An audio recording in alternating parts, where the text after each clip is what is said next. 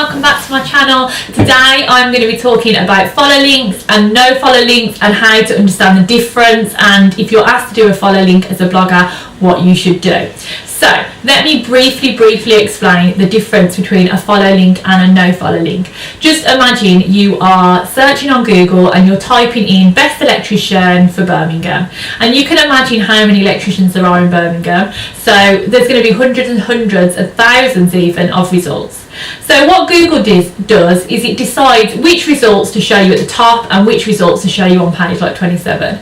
And the way it does this is to decide which content is the most relevant and the most authoritative and the best use to its readers. So it does this in several different ways, and you've probably heard of the word domain authority. That could probably be a whole other video, but very briefly, domain authority gives you an indication, and I say indication because sometimes it's just crap, but it gives you an indication of how reliable and how authoritative your site is. And Google can use that domain authority because those sites that have a really high domain authority like The Guardian and the Daily Mail are seen as kind of more reliable and more of an authority than lower sites like blogs that have just started out.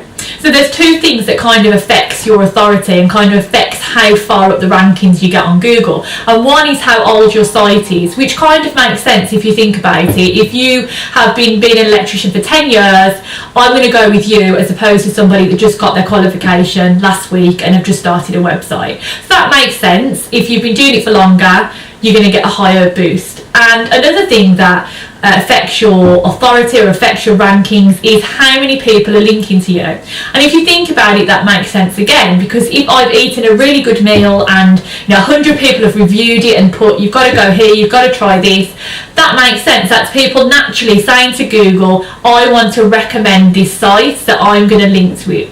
So that's why the top sites that you always see are sites like The Guardian, like I said, like the Daily Mail, because they're older, but also because they're linked to, they're written about every single second of the day probably. So those sites will have DAs, domain authorities close to 100, and bloggers, when they're starting out, it can be 0, and slowly it will get higher to show Google, look, people are writing about us, and look, our website is getting a little bit older. So we're going to talk about now though the difference between follow and no follow links. When you link to something on your site, you're essentially telling Google, this is my website and I think this website's also good, so I'm passing the link on. It's very technical. So that's all well and good. But what started to happen is when new sites started up and thought, hang on, how am I going to get to the top of these links? How am I going to get to the top of the rankings? I've not been around for very long. Nobody's writing about me because I'm only new. So what they would do, they would get an SEO agency to kind of pay lots and lots of websites to link to them. And that's why you might get in your inbox, can you add this link to your site? Or can we write an article for you, which will have a little link in? And that's why they are so effective, because if they can get 100 links to their site, Google's going to see those 100 links and thinks, oh wow, okay, they're authoritative, they're being written about, they can rise a little bit higher. So that's all well and good in a sense, but you could understand why Google would start to get frustrated, because if I've got £10,000, I can essentially pay hundreds and thousands of people to link to my blog, which means as soon as you typed gluten-free in, my top would be right at the top.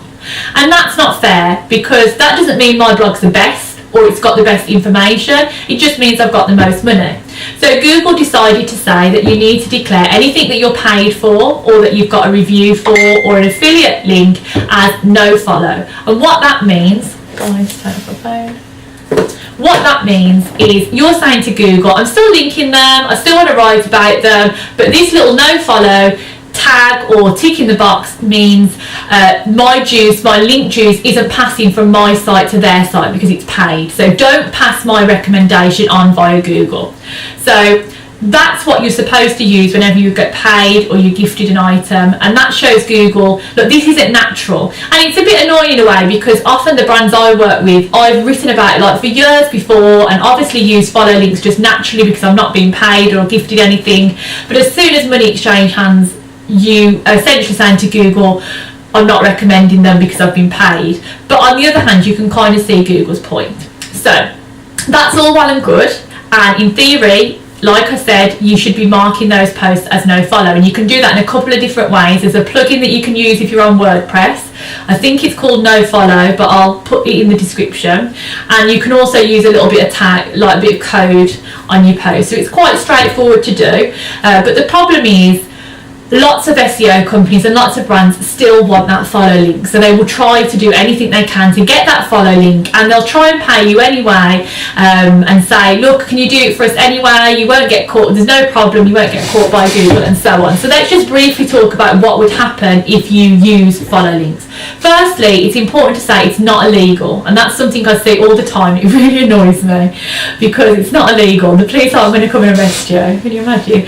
Anyway, so it's not illegal. That's because there's two different things. If you don't declare your post as sponsored, so if you write a post with lots of paid links in, or if you write a post that you've been paid for and don't say anyway, I've been paid for this, or it's a collaboration, then that is illegal. That under the Advertising Standard Agency. I still don't think you get arrested for it, but it is illegal.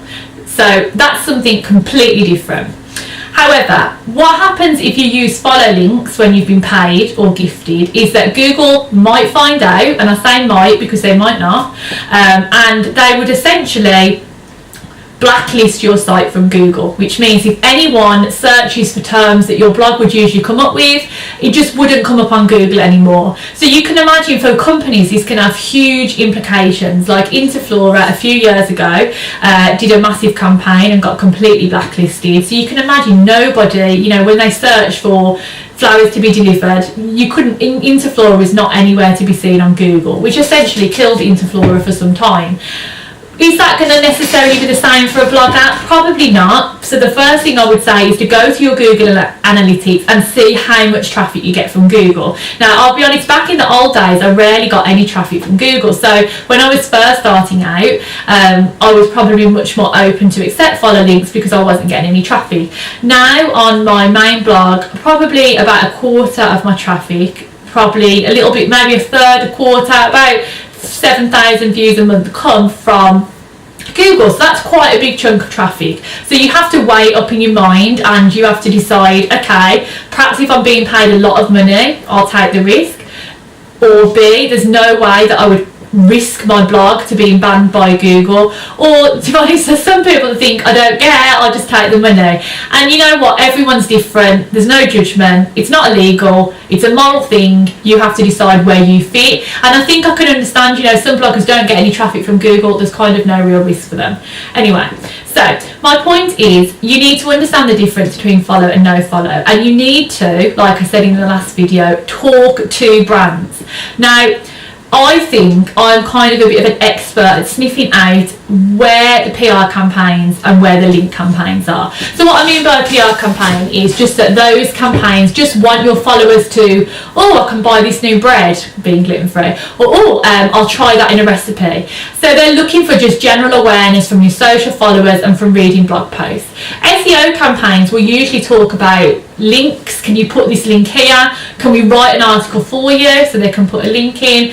They'll talk about anchor text, which means having specific like text where you link to.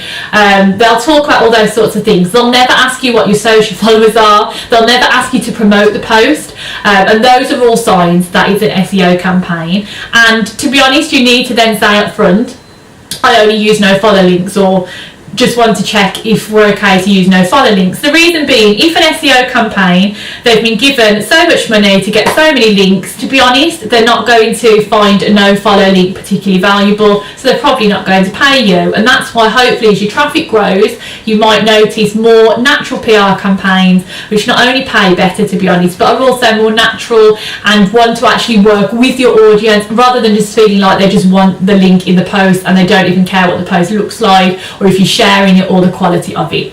Right, I think that sums up follow and no follow links.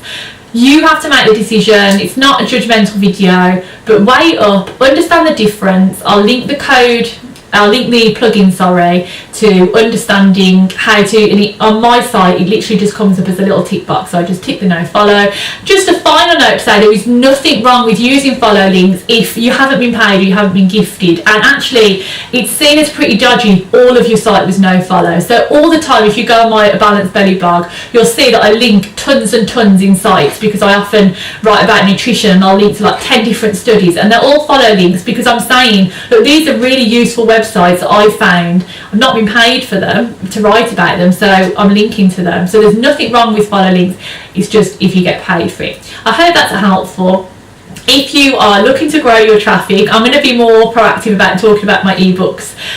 So I have 2 ebooks. If you're looking to grow your traffic so you can get better campaigns, I'll link that below, and that helps you grow your blog traffic. And my second one is about how to approach brands and PR. So if you're looking to maybe move away from SEO campaigns and work with companies about brand awareness, I've got a book all about that as well. Otherwise, I'll see you next time, and thanks for watching my video.